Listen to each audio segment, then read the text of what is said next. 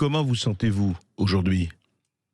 Alors aujourd'hui, ça fait le 20e jour. 27e jour. Le 27e jour, là, j'ai des petites douleurs à la poitrine. C'est pour ça que l'émission était incertaine. Mais Oui. j'ai tenu quand même à la faire. Donc, Merci d'être avec nous. Oui. là.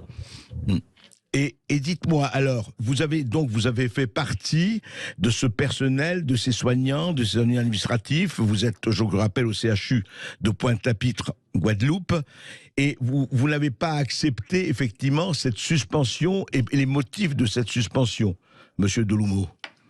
Alors, on n'a pas accepté cette suspension, déjà parce que les procédures n'ont pas été respectées. Normalement, la loi du 5 août précise qu'à la notification de la suspension,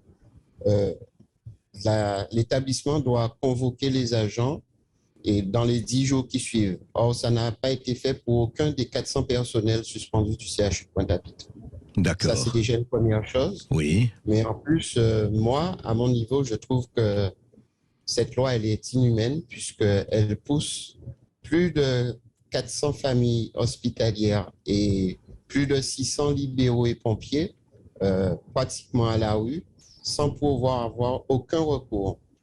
Donc, c'est pour ça que je me suis préparé à cette grève de la faim et je m'y tiens à ce jour, à mon 27e jour de grève de la faim. C'est fou, et oui, je sais, vous avez préparé votre famille aussi, c'était pas évident, vos proches, etc.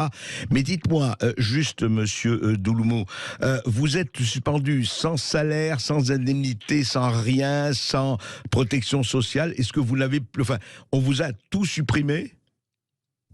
On nous a tous supprimés. Bon, pour notre carte vitale, avant ma grève de la faim, j'ai pu aller à la pharmacie. Donc, j'ai vu que ma carte vitale, elle était toujours d'actualité. Mais Oui. ça, on ne sait pas pour quand, puisque certains personnels, leurs mutuelles ont été coupées, notamment la mutuelle nationale des hospitaliers. Et Oui. c'est à la demande, effectivement, de la direction générale du fait que nous n'avons pas eu de salaire. Donc, ils n'ont pas participé aux cotisations des mutuelles des personnels hospitaliers du CHU de Pointe-à-Pitre. Ouais.